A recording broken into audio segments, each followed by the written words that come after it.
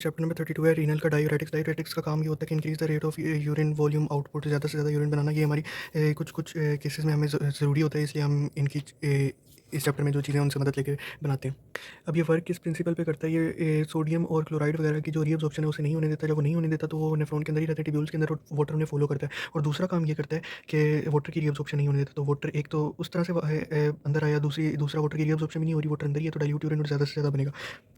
इसी तरह कुछ डिजीज़ हैं, जैसे डायबिटीज़ मेलाइटिस है, उसके अंदर पॉलीयूरिया, फ्रीक्वेंट यूरिनेशन होती है because of high fluid intake due to dehydration, और थस मैकेनिज्म एक्टिव हो जाता है। इसके बाद ये होता है कि जो अब डायूरेटिक्स वगैरह के हम बारे में पढ़ने लगे हैं।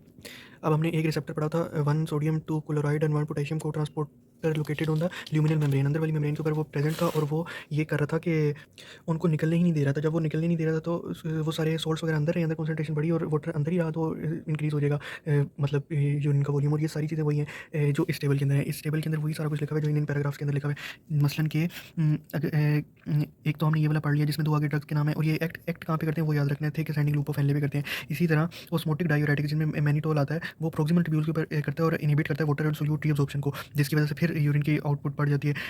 यहाँ पे थायराइड ड्रग्स हैं, डायूरेटिक्स हैं, जो कि क्या करते हैं, सोडियम और क्लोराइड की को ट्रांसपोर्ट को ल्यूमिनल मेम्ब्रेन पे इनहिबिट कर देते हैं, जिसकी और ये डिस्टिल ट्यूब्यूल्स के ऊपर काम करते हैं। ये वहाँ से इनहिबिट कर देते हैं, फिर भी रीअब्जॉर्प्शन नहीं होती, फिर वाटर ज़्यादा आ जाता है। फिर कार्बोनिक एनाहाइड्रेज इनहिबिटर्स ऑल्सो यही काम करते हैं, ये इनहिबिट करते हैं सोडियम और बाइकार्बोनेट की रीअब्जॉर्प्शन को, जो कि हाइड्रोजन और बाइकार्बोनेट की रीअब्जॉर्प्शन की, जो कि सोडियम की भी रीअब्जॉर्प्शन को वो कर देता है खराब, वो नहीं होती फिर, और ये प्रोक्सिमल ट्यूब्यूल पे एक्ट करता है।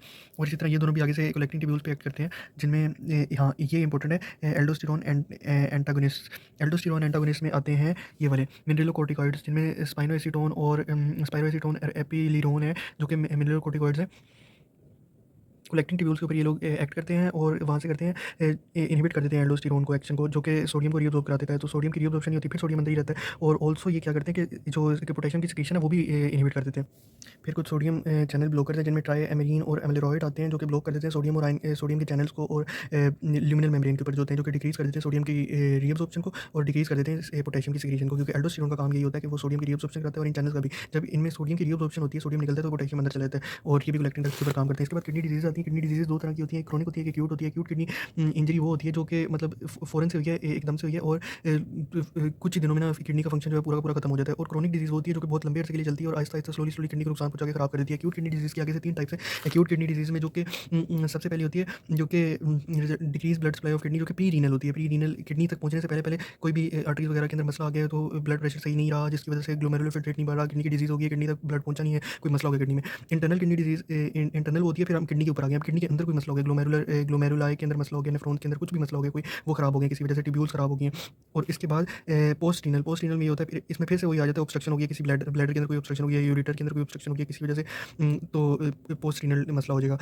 और हाँ, तो अब प्री रीनल जो किडनी के मसले हैं वो किस वजह से हैं? एक तो हमें पता है कि 20 से 25% कार्डियक आउटपुट सारा का सारा किडनी की तरफ जा रहा होता है, और उसके अलावा यहाँ पे 2 टर्म्स लिखी हुई हैं, ओलिगोयूरिया, जिसमें इंक्रीज यूरिन आउट और डिमिनिश ब्लड फ्लो हो जाता है, जिसकी वजह से हाँ, जिसकी वजह से यूरिन आउटपुट भी कम हो जाती है। इसके बाद एनयूरिया एक टर्म है, जिसके अंदर यूरिन टोटल बनता ही नहीं है, किसी वजह से कोई मसला हो गया। अब ये सारी टर्म्स इधर लिखी हुई हैं कि किस वजह से, जो कि इधर सारा लिखा हुआ है, प्री रीनल एक्यूट किडनी के मसले होते हैं, जिनके अंदर हेमरेज हो गया, कोई डायरिया, वोमिटिंग हो गया, बर्न्स हो गए, कार्डियक फेलियर हो गया, ये डैमेजेस हो गए, एनाफिलेटिक शॉक हो गया, एनेस्थीसिया हो गया, सेप्सिस हो गया, सीवियर इन्फेक्शन वगैरह, और कोई एम्बोलिज्म हो गया किसी वजह से, कोई मतलब जो सारी एफरेंट आर्टरीओल सारी आ रही है ना, उनमें कोई ना कोई मसला हो गया, कहीं ना कहीं ब्लॉकेज हो गई है, और या तो ब्लड फ्लो, ब्लड प्रेशर सारा खराब हो गया, कोई कमी हो गई है उसके अंदर, तो फिल्टर आउट नहीं हो पा रहा, यूरिन नहीं बन पा रहा। ये वो वजूहात है जिनकी वजह से ये होता है। हाँ, अब हम किडनी के अंदर दूसरी दूसरी टाइप थी इसकी एक्यूट किडनी डिजीज़ में, दूसरी टाइप थी इंटरनल एक्यूट किडनी इंजरी, जिसमें हम किडनी के अंदर चले जाते हैं। अब किडनी के अंदर क्या-क्या चीज़ें हो सकती हैं? ग्लोमेरुलर नेफ्राइटिस, ग्लोमेरुलस का कोई मसला हो गया है, उसके अलावा ट्यूबुलर एपिथेलियम का कोई मसला हो गया, और जो रीनल इंटरस्टिशियम को कोई मसला हो गया कि वो खराब हो गया। अब ये ग्लोमेरुलस के मसले, ग्लोमेरुलर नेफ्राइटिस किन-किन वजूहात से हो गया? एक तो स्ट्रेप्टोकोकल, एक बैक्टीरिया स्ट्रेप्टोकोकल सोर-थ्रोट वगैरह की वजह से ये होता है, और इसमें ये होता है कि मतलब ज़ाहिर-सी बात है, जो अगर अगर उनके खराब हो गए ना, खास तौर पे मेसेंजियल सेल्स खराब होते हैं। मेसेंजियल सेल्स क्या करते हैं? ग्लोमेरुलर की ये पिछले चैप्टर में हमने पढ़ा था, ग्लोमेरुलर जो बना होता है ना, जो उसकी कैपिलरीज़ वगैरह होती हैं, जितनी भी आर्टरी होती है, उनको इकट्ठे जोड़ के रखते हैं, थोड़ा-सा ना पकड़ के रखता है। अगर वो नहीं होगा ना, तो ग्लोमेरुलर वो बोमेन्स कैप्सूल के अंदर ना यूँ फैला हुआ होगा, वो थोड़ा-सा जोड़ के रखता है उनको, काइंड ऑफ थोड़ी-सी ग्लू होती है। वो वाले सेल्स के अंदर मसला हो जाएगा। उसके अलावा अगर इसकी परमिबिलिटी बढ़ गई है ना, तो उन सेल्स के अंदर से परमिबिलिटी बढ़ गई है, तो रेड ब्लड सेल्स वगैरह भी आने लग जाएंगे, इसका मसला हो जाएगा ये। और ये वाली सारी चीज़ें मसले यहाँ पे लिखे हुए हैं। अगर ग्लोमेरुलर का मसला हो गया तो इन चीज़ों से हुआ है, कोलेस्ट्रॉल एम्बोलिज्म, कोई उस पे प्रेशर बढ़ जाएगा तो मतलब वो जितनी भी आर्टरीज हैं, कैपिलरीज हैं, वो खराब हो जाएंगी थोड़ी बहुत। इसके बाद ट्यूबुलर एपिथेलियम का मसला ये आता है। ट्यूबुलर एपिथेलियम दो तरह से होता है, इससे मसला कर सकती है। एक तो इस्कीमिया हो जाता है उसका, किसी वजह से कोई सप्लाई उसकी डिस्टर्ब हो जाती है, या फिर किसी पॉइजन की वजह से।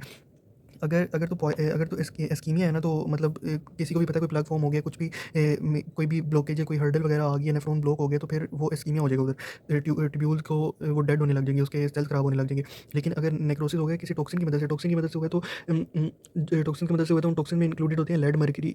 लेड होता है, मर्क्यूरी होता है। लेड सबको पता है, एक गंदा केमिकल है जो जिसके हार्मफुल इफेक्ट्स होते हैं। इंसेक्टिसाइड्स हो गया, स्पेशल मेडिकेशन हो गई, ग्लाइकोल हो गया, पॉइजनस मशरूम्स हो गए, कार्बन टेट्राक्लोराइड, ये सारा कुछ इस टेबल में लिखा हुआ है। उसके बाद ये लिखा हुआ है कि 10 से 20 दिनों के अंदर, वैसे तो हमने पढ़ा था नेफ्रॉन रीजनरेट नहीं कर पाता, लेकिन ट्यूबुलर अगर इतना नुकसान नहीं ना हुआ ट्यूबुलर एपिथेलियम का, थोड़े दिनों में ये दोबारा थोड़ा अगर सही है ना, तो ये दोबारा मेंटेन कर लेता है अपने आप को, दोबारा सही हो जाता है। इसके बाद post renal acute kidney injury आती है, जिसमें एबनॉर्मलिटीज होती है यूरिनरी ट्रैक की। यूरिन ट्रैक में, यूरेटर में कोई स्टोन आ गया, कोई ऑब्स्ट्रक्शन आ गया, बाइलेटरल यूरेटर की ब्लैडर ऑब्स्ट्रक्शन आ गया, ऑब्स्ट्रक्शन ऑफ यूरेथ्रा आ गया। इसके वजह से कई मसले होते हैं, जिसके अंदर से बॉडी की आगे हम पढ़ेंगे एसिडोसिस भी बढ़ने लग जाते हैं, सारे acidic chemical, harmful chemicals, kidney failure भी हो सकता है वापस। ये ऊपर अगर नीचे ब्लॉकेज है तो वापस ऊपर किडनी में चला जाएगा, यूरिन वगैरह तो खराब हो जाएगी चीज़ें।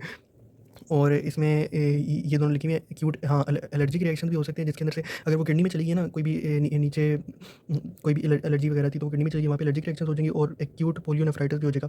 इसमें वही सारे इफेक्ट्स लिखे हुए हैं, बॉडी एसिडिक हो जाएगी, मतलब अगर, और एनयूरिया हो जाएगा, यूरिन फॉर्मेशन नहीं होगी। अगर फिजियोलॉजिकल इफेक्ट्स, अगर किडनी एक्यूट किडनी इंजरी हो गई है, जिसके अंदर एडिमा भी हो सकता है, सारा एक्स्ट्रा सेलुलर फ्लूइड में चीज़ें बढ़ जाएंगी, सोल्ट्स वगैरह बढ़ जाएंगे बॉडी में, इस तरह करके, क्योंकि वो निकल तो रहनी है। और इस टेबल में सम कॉजेस लिखी हुई हैं क्रोनिक किडनी डिजीज़ की। अब क्रोनिक किडनी डिजीज़ हम शुरू करने लगे। क्रोनिक किडनी डिजीज़ जो आहिस्ता-आहिस्ता स्लोली डेवलप करती हैं, सीकेडी, और ज़्यादा प्रोलॉन्ग्ड होती हैं, और इनका क्या कहते हैं, नुकसान भी ज़्यादा होता है।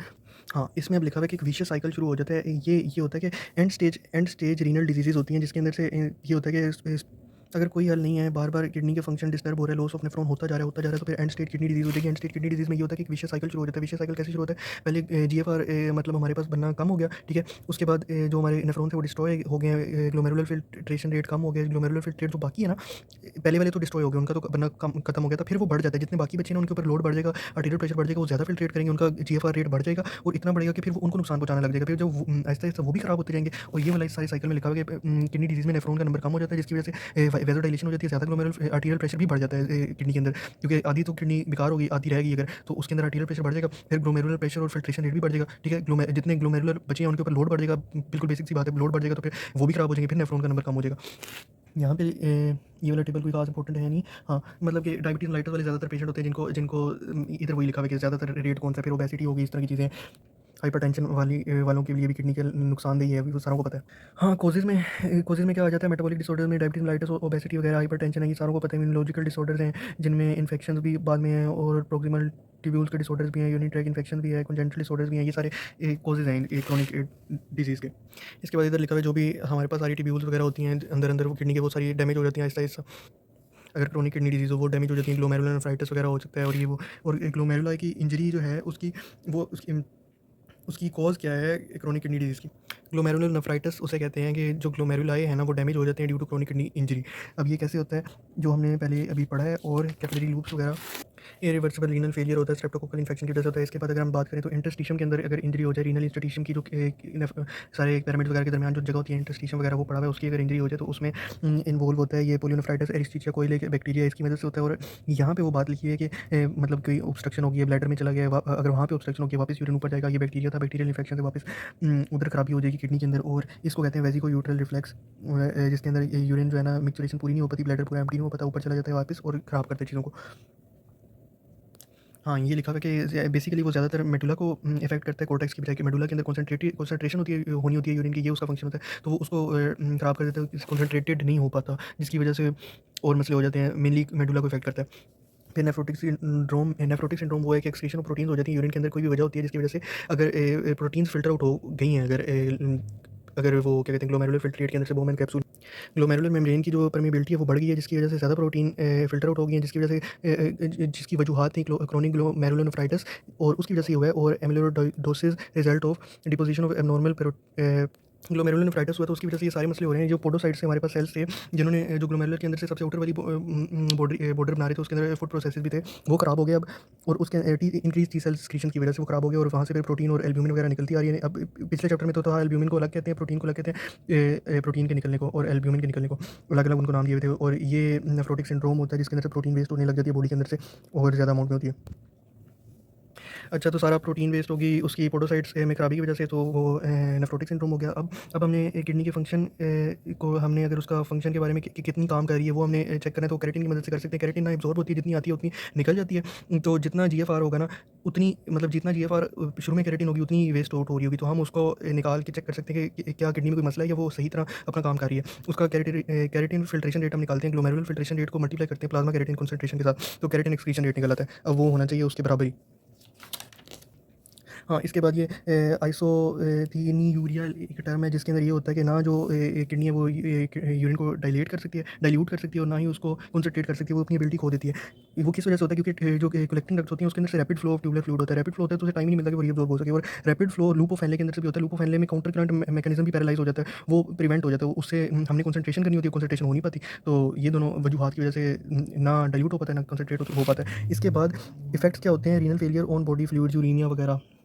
हाँ, ये वही सारा कुछ हम पीछे पढ़ते हुए आ रहे हैं कि अगर ऐसा हो जाएगा तो बॉडी के अंदर ज़ाहिर सी बात है एसिडोसिस हो जाएगा, एसिडिक चीज़ें बढ़ जाएंगी, बॉडी के अंदर एडिमा हो जाएगा, एक्स्ट्रा सेलुलर फ्लूइड में वाटर बढ़ जाएगा, high concentration of other substances, phosphate, potassium वगैरह सारा कुछ हो जाएगा। वाटर रिटेंशन और edema in chronic kidney disease, water retention हो जाएगी क्रोनिक किडनी डिजीज़ में, एडिमा हो जाएगा बंदे के अंदर। इंक्रीज यूरिया, ये टर्म भी याद रख लेनी है, increase in urea and other non protein nitrogens.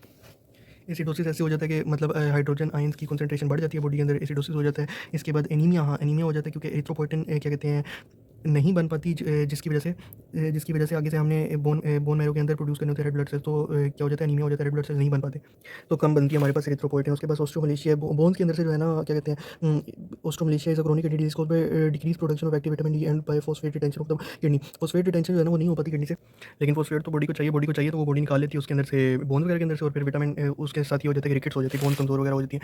और hyper tension and kidney disease, सबको पता है हाइपर टेंशन हो जाएगी किडनी डिजीज अगर होती है तो उनको हाइपर टेंशन होती है। सबसे पहले पेज पे टेबल पे भी यही बना हुआ था।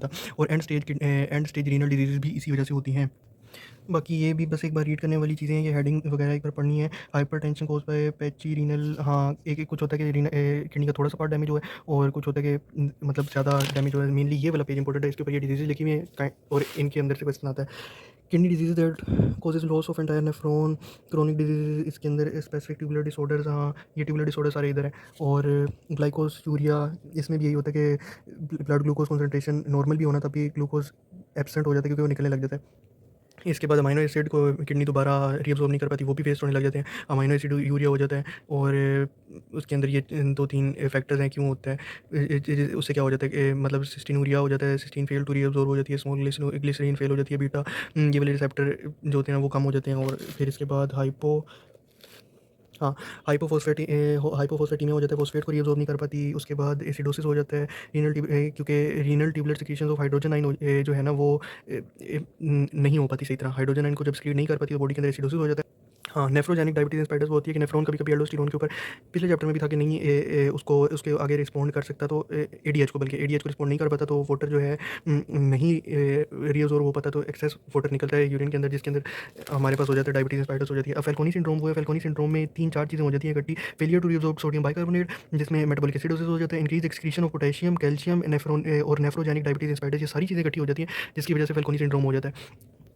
टॉक्सिक ड्रग की वजह से है, हेरिडिटरी इफेक्ट्स की वजह से है, रीनल ट्यूबुलर सेल्स के अंदर इंजरी की वजह से है। और इसके बाद बार्टर सिंड्रोम है, डिक्रीज सोडियम क्लोराइड और पोटेशियम की रीअब्सॉर्प्शन हो जाती है ग्लूकोफैनले के अंदर। इसके बाद गेटलमैन सिंड्रोम है जिसके अंदर डिक्रीज सोडियम क्लोराइड की रीअब्सॉर्प्शन ओनली हो जाती है। गेटलमैन सिंड्रोम और बार्टर के अंदर थोड़ा सा डिफरेंस है, वो ये और थोड़ी सिमिलरिटी भी है, वो ये कि सोल्ट मतलब कैरेक्टरिस्टिक सेम है, सोल्ट वाटर वगैरह बॉडी के अंदर रिटेन रहता ही है, बल्कि सॉरी वाटर और सॉल्ट निकल जाते हैं, ज़ाहिर सी बात है। ऊपर भी यही लिखा हुआ था कि उनको रीअब्सॉर्ब नहीं कर पाता ना, तो सोडियम क्लोराइड को रीअब्सॉर्ब, ये सोडियम क्लोराइड को रीअब्सॉर्ब नहीं कर पाता, ये सोडियम क्लोराइड और पोटेशियम को रीअब्सॉर्ब नहीं कर पाता। ये बाइकार्बोनेट पोटेशियम और कैल्शियम और इनको नहीं अब्सॉर्ब कर पाता। और नेफ्रोजेनिक डायबिटीज़ भी इसके अंदर होती है। इसके बाद लिडल सिंड्रोम है, इसके अंदर इंक्रीज सोडियम की रीअब्सॉर्प्शन हो जाती है, इंक्रीज सोडियम की रीअब्सॉर्प्शन हो जाती है ईनैक चैनल की वजह से। ईनैक चैनल हमने पढ़े थे, एपिथेलियल सोडियम चैनल्स, इसको ट्रीट इस तरह किया जा सकता है कि डायूरेटिक एमिलोइड डाले जाते हैं जो कि ब्लॉक कर देते हैं ईनैक चैनल्स को। इसके बाद हाँ, ट्रांसप्लांटेशन किडनी की कैसे की जाती है? अगर ख़राब होगी एंड स्टेज रीनल डिजीज़ है तो किडनी की ट्रांसप्लांटेशन हो जाएगी, नई किडनी। ये मतलब बेसिक इन्फॉर्मेशन लिखी है, यूएस में इतना होता है, ये वो basic principle of dialysis. Dialysis ये क्यों होता है? डायलिसिस होता है डायलाइजिंग फ्लूइड की मदद से। उसके अंदर कंसंट्रेशन ग्रेडियंट डिपेंड करता है, परमेबिलिटी ऑफ मेम्ब्रेन डिपेंड करती है, surface area of membrane depend करता है। और एक चीज़ मेन इंपॉर्टेंट है जिसका नाम है हाँ, सेलोफेन उस मेम्ब्रेन का नाम होता है जिसके ज़रिए हम ये आर्टिफिशियल किडनी बनाते हैं। और यहाँ पे हम उसके अंदर इंजेक्ट करते हैं एक और चीज़, इसका नाम मतलब वो है हेपरिन, जो कि वो क्लॉट वगैरह बनने नहीं देता, ब्लड ब्लड को थोड़ा सा डाइल्यूट रखता है। और डायलिसिंग फ्लूइड जो है ये पेरिटोनियम कैविटी में हम डालते हैं, उधर से जो क्या कहते हैं सॉल्ट्स वगैरह होते हैं वो इसके अंदर रीअब्सॉर्ब हो जाते हैं और आउटसाइड आ जाते हैं। ये सारा मैकेनिज्म है जो कि प्रोटीन के साथ वो होता है इम्परमिएबल, बाकी सारी चीज़ों के लिए वो परमिएबल होता है। तो सारी परमिएबल चीज़ें एक साइड पे आ जाती हैं, तो दूसरी साइड पे जो फिल्टर आउट साफ ब्लड होता है वो वापस दूसरी साइड से बंदे के अंदर ही दोबारा इंजेक्ट हो जाता है, एक साइड से वापस आ रहा है। ये सारे मैकेनिज्म से गुजर के वापस ब्लड दूसरी साइड से इंजेक्ट हो जाता है।